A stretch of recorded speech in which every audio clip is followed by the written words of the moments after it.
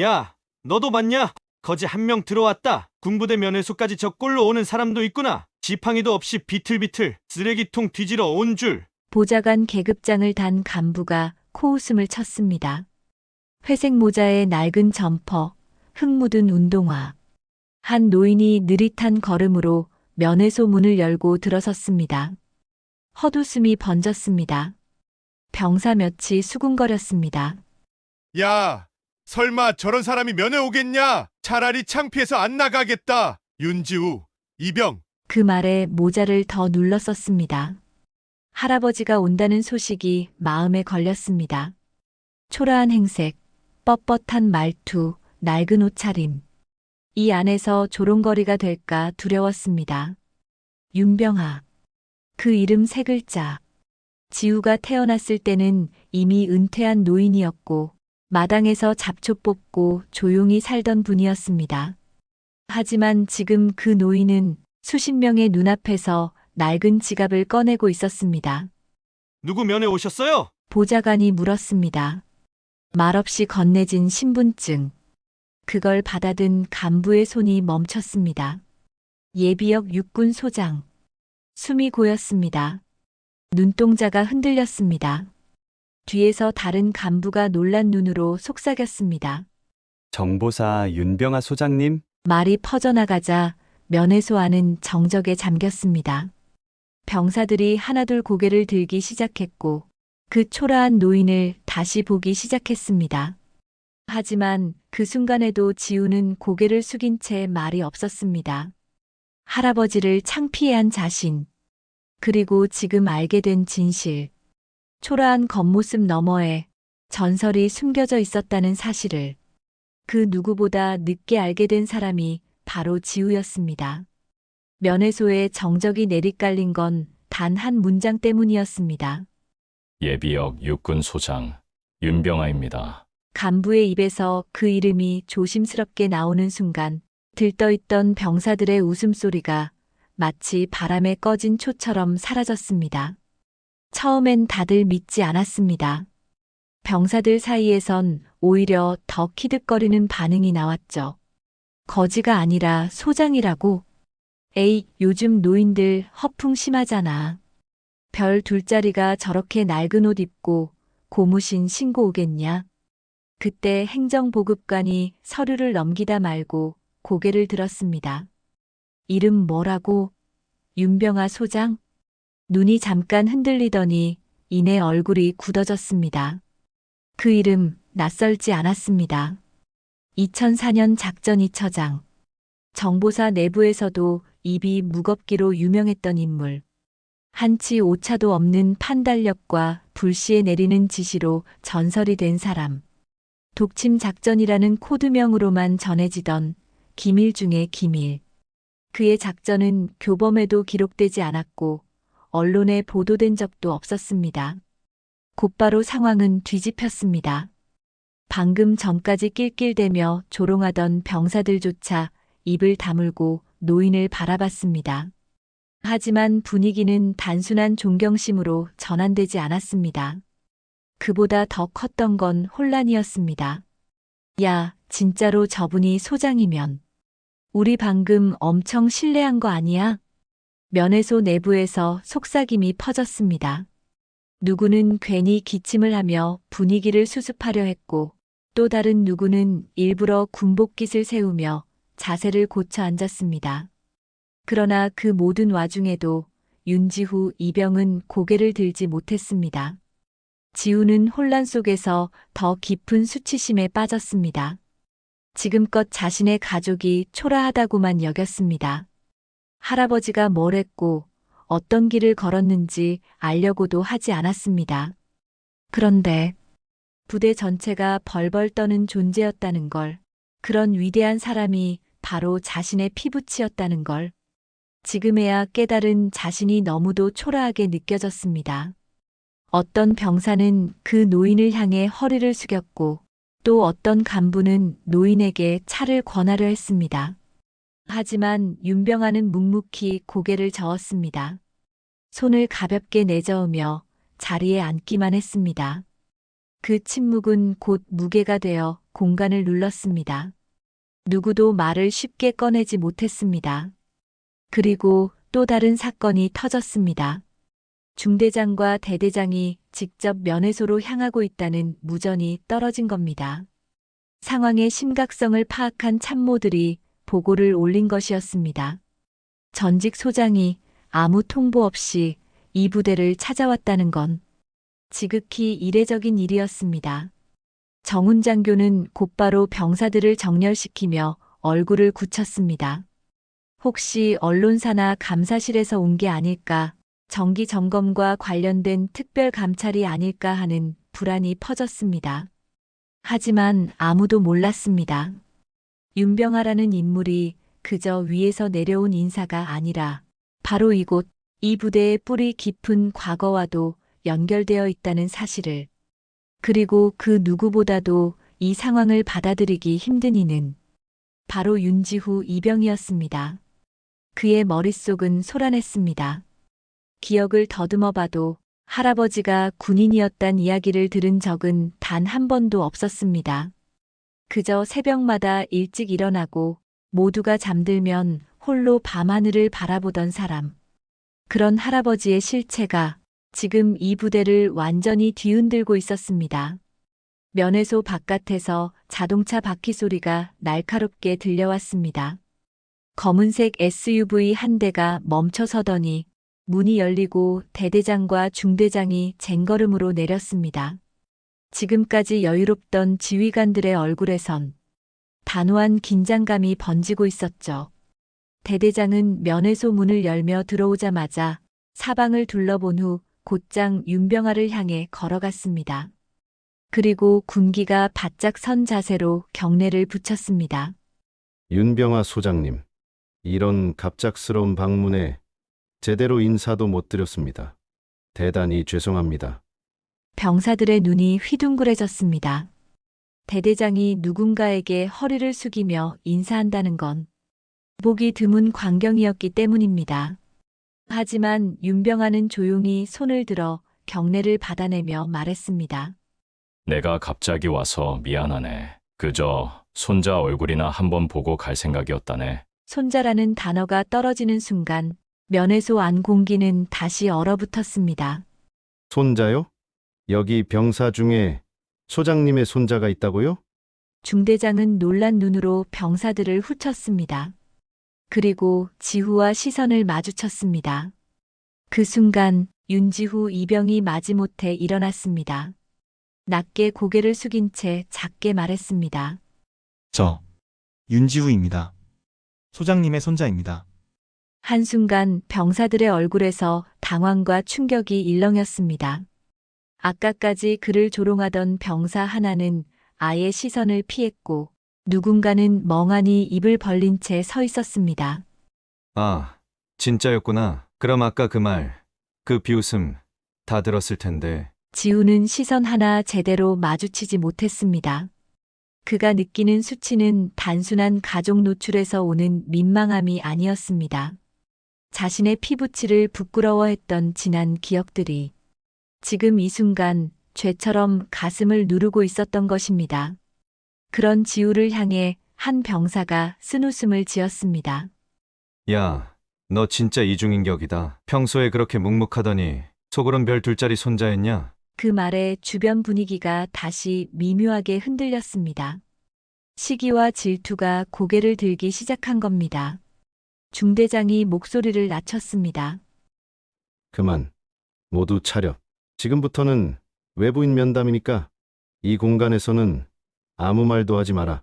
그때 윤병하가 다시 입을 열었습니다. 괜찮습니다.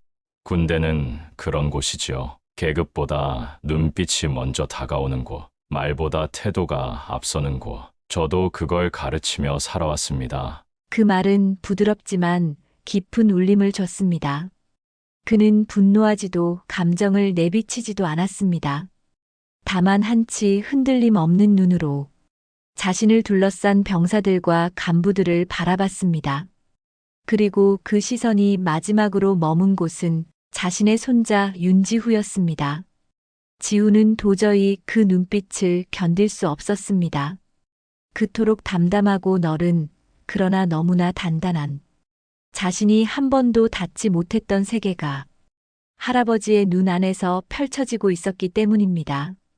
그 순간 지우의 마음 어딘가가 깨졌습니다. 감정이 무너지고 있었습니다. 이제 그는 도망칠 수 없었습니다. 이 위대한 이름 앞에서 자신은 어떤 모습으로 서 있어야 할지 그제야 질문이 시작된 것이었습니다.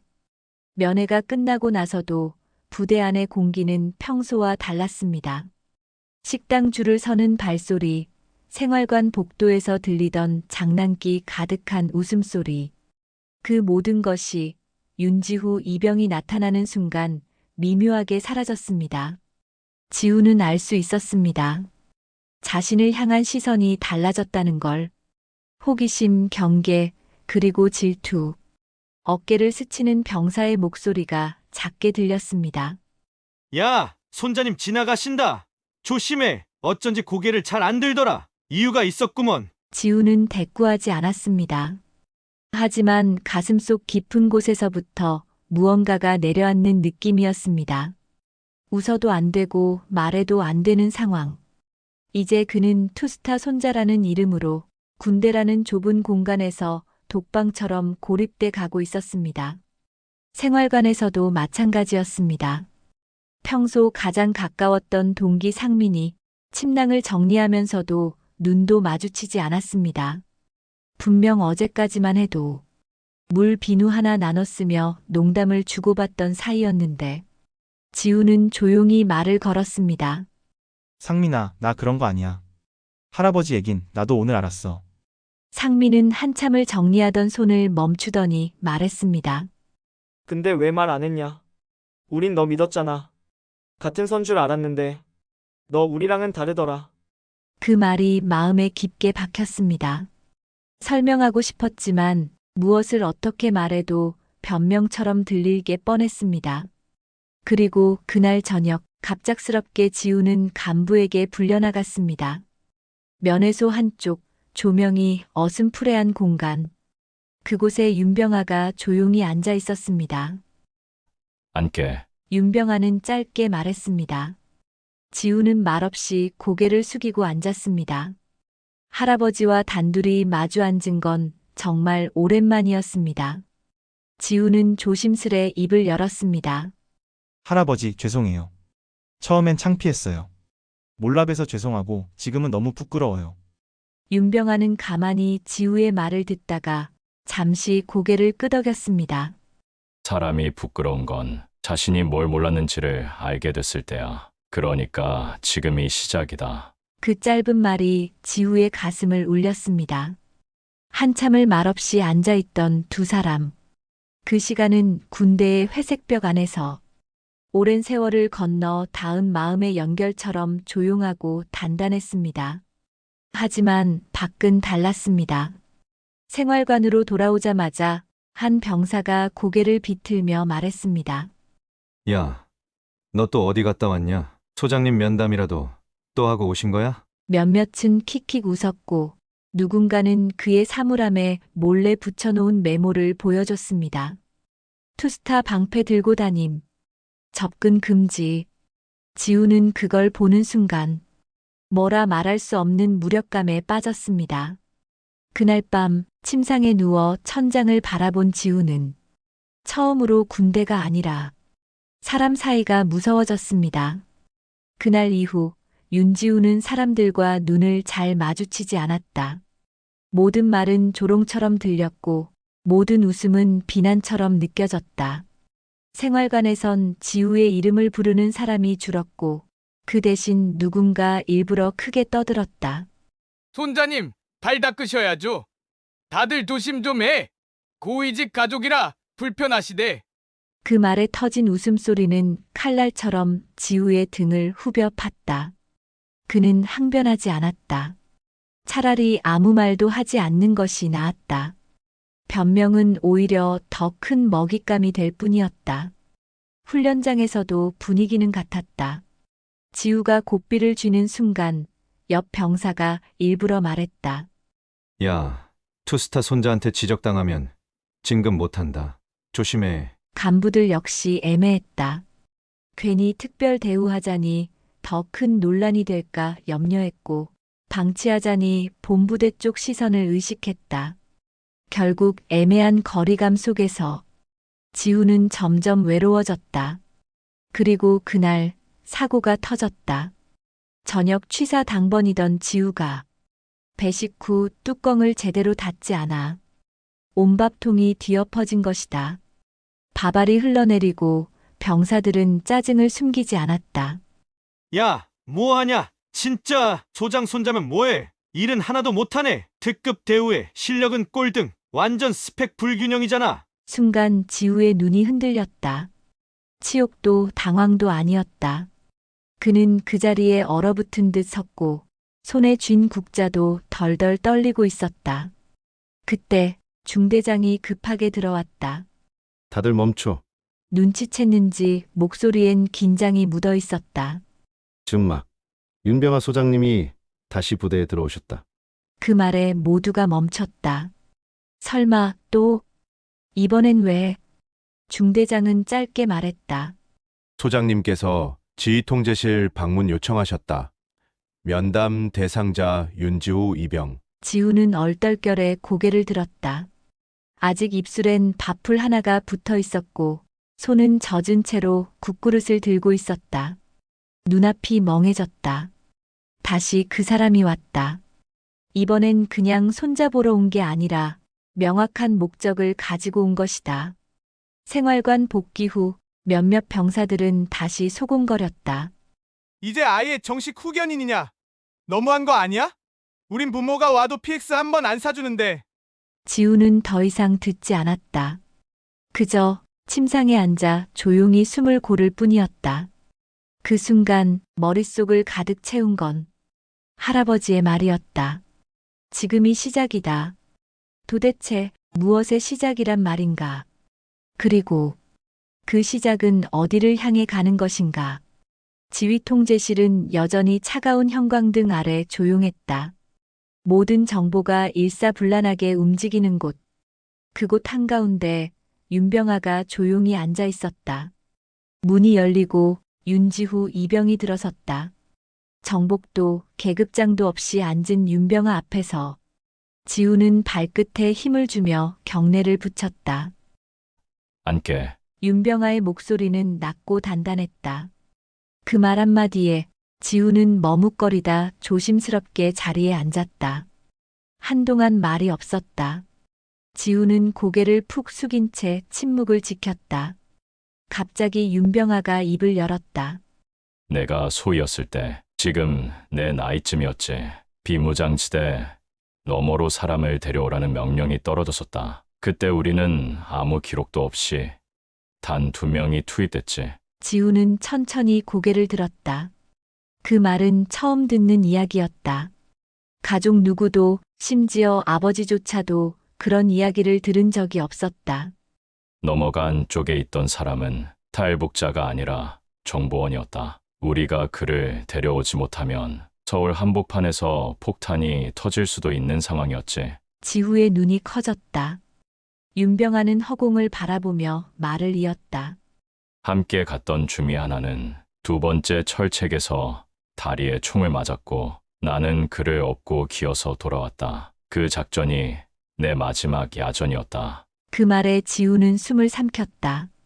자신이 평생 알고 있던 조용한 노인의 모습은 그 한 문장 속에서 무너졌다. 그 사람은 살아있나요?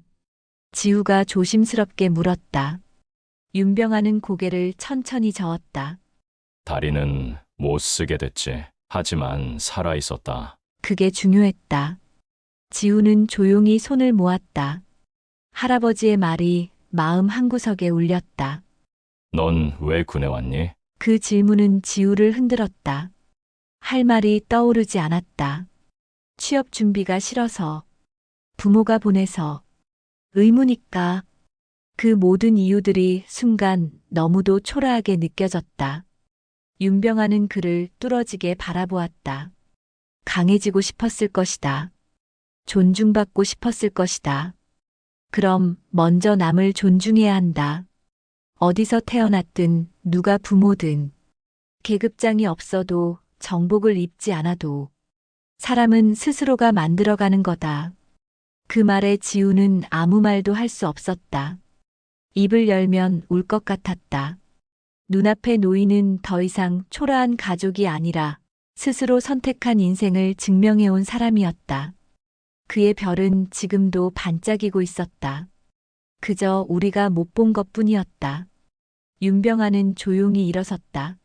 지금부터는 너의 시간이야. 내가 아닌 너로서 여기서 무엇을 증명할 수 있는지 스스로 보여줘. 그 말에 지우는 무언가 결심한 듯 고개를 숙였다.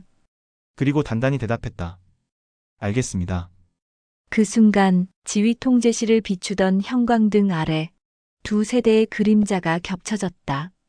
그가 먼저 바꾼 것. 변화는 아주 작은 것부터 시작됐다. 윤지후 이병은 말수가 줄어들었다. 하지만 그 침묵은 이전처럼 도망치기 위한 것이 아니었다. 귀를 열고 눈을 열고 사람들의 반응을 지켜보며 어떻게 행동해야 하는지를 묵묵히 익히기 위한 침묵이었다. 그는 새벽 청소를 자청했다. 아무도 시키지 않았지만 본관 화장실이며 복도 구석 쓰레기통까지 돌았다. 처음엔 병사들이 비웃었다. 별둘짜리 손자가 미쳤구나. 이제는 청소병 흉내야. 그러나 시간이 지나면서 그의 행동에 농담을 던지는 이들이 줄어들었다. 무거운 짐을 옮길 때, 작업이 늦어질 때 지우는 항상 먼저 손을 들었다. 소리내어 설명하진 않았다. 다만 몸으로 보여주고 눈으로 말을 걸었다. 그런 그의 진심은 조금씩 생활관 분위기를 바꿔놓기 시작했다. 한밤중 급히 내린 비로 텐트가 무너졌던 야외 근무 때 간부들이 당황하자 지우가 먼저 장화부터 꿰어 신고 병사들을 불러 세웠다. 그날 이후 그를 바라보는 눈빛엔 미묘한 변화가 있었다. 그를 무시하던 상민도 어느 날 불쑥 말했다. 야, 투스타 손자 따윈 상관없다. 넌 그냥 우리 중에 제일 열심히 하더라. 지우는 대답 대신 웃었다. 그 웃음은 그동안 스스로를 지켜내느라 얼어붙었던 얼굴을 조금씩 녹이고 있었다. 그러던 어느 날 대대장이 전 병력 앞에서 공지사항을 읽었다. 이번 사단 역사관 재건 작업에 예비역 군인들의 전쟁 기록을 수집합니다. 그중 정보사 윤병아 소장의 기밀작전 해제 자료도 포함되어 있습니다. 순간 부대 안은 술렁였다. 그 이름, 이제는 병사 누구도 가볍게 다루지 않았다. 그리고 윤지후는 그 순간 자신이 해야 할 일이 무엇인지 깨달았다. 사단 역사관 재정비를 위한 자료 수집이 본격화되자 부대 전체가 조용히 술렁이기 시작했다. 종합행정반은 예비역 소령 이상의 작전 경험, 전투 기록, 명예 전역 사례를 분류했고 그 중심에 윤병아라는 이름이 있었다. 그 이름을 보는 순간 윤지후는 손끝이 저릿해졌다. 처음엔 무거웠다. 그 이름에 기대는 것 같았고 또 한 번 특혜처럼 보일까 두려웠다. 그러나 며칠 밤을 뒤척인 끝에 그는 이 기록을 남겨야 할 사람이 자신밖에 없다는 결론에 다다랐다. 윤병아는 한 번도 자신의 전공을 자랑하지 않았다. 심지어 가족들에게도 군 시절 무용담을 들려준 적 없었다. 그런 침묵을 견디며 살아온 사람의 삶을 누군가는 말로 증명해야 했다. 지우는 정훈장교에게 자원했다. 할아버지 관련 작전 정리를 돕고 싶다고. 장교는 망설였지만 지우의 눈빛을 보고는 조용히 고개를 끄덕였다. 며칠 뒤 지우는 군용 PC 앞에 앉아 워드 파일 한 장을 열었다. 빈 문서 위에 손가락을 올리는데 의외로 시간이 오래 걸렸다. 첫 문장은 쉽게 나오지 않았다. 하지만 결국 그는 마음 깊은 곳에서 울리는 문장 하나를 꺼냈다. 나는 별을 부끄러워했다. 그렇게 글이 시작되었다. 초라한 행색의 노인이 면회소에 들어선 그날 병사들이 조롱하며 웃던 순간 지휘관의 표정이 바뀌고 내가 숨고 싶던 순간 그리고 그 사람이 별 둘짜리 소장이라는 걸 알고 더 숨고 싶어진 그날 지우는 그 모든 감정을 숨기지 않고 써내려갔다. 비겁했던 자신, 도망쳤던 시선, 그리고 조금씩 달라진 마음. 이야기는 윤병아의 작전으로 넘어갔다. 기록에서 찾을 수 없던 독침 작전에 대한 단편적인 기억. 무릎을 다친 중이를 업고 돌아오던 밤. 그가 말없이 삼킨 죽은 동료들의 이름. 지우는 그 모든 것을 손자가 아닌 한 명의 병사로서 정리했다. 며칠 뒤 그 글은 사단 주보에 실렸다. 중대 게시판에도 복사본이 붙었고 생활관에서도 조용히 회람되었다. 글을 읽은 병사 하나가 지우의 앞에 다가와 말했다. 너 글 좋더라. 진짜. 괜히 울컥했어. 그 말에 지우는 처음으로 담담하게 웃었다. 이제 그는 누군가의 손자가 아니라 스스로 만든 신뢰 위에 서 있었다. 다음 달 지우는 훈련병 조장으로 선발되었다. 체력도 태도도 우수했지만 무엇보다 동기생들에게 신뢰를 얻었다는 점이 가장 크게 작용했다. 임명식 날 그는 차렷 자세로 서 있었다. 그의 명찰 아래 작은 흰 종이 하나가 붙어 있었다. 존중으로 시작된 변화. 그 문구를 읽은 정훈 장교가 웃으며 말했다. 이건 너한테 가장 잘 어울리는 휘장 같아. 며칠 뒤 후임 하나가 지우에게 물었다. 조장님, 혹시 진짜 투스타 손자 맞으세요? 지우는 고개를 끄덕이며 말했다. 응, 맞아. 근데 지금은 그보다 중요한 이름이 있어. 후임이 묻는다. 뭔데요? 지우가 미소 지으며 대답한다. 나. 그냥 나. 그날 이후 지우는 더 이상 숨지 않았다. 그는 할아버지의 별을 존중했고 자신의 별은 직접 찾아 나서고 있었다. 그리고 윤병아. 그는 먼 시골 마당에서 지우의 편지를 읽으며 오래도록 앉아 있었다. 말은 없었지만 주름진 눈가에서 천천히 미소가 번졌다. 자신의 마지막 별이 이제 막 떠오르고 있다는 걸 계속해서 시청해 주셔서 감사합니다. 구독과 좋아요는 다음 이야기를 이어가는 힘이 됩니다. 감사합니다.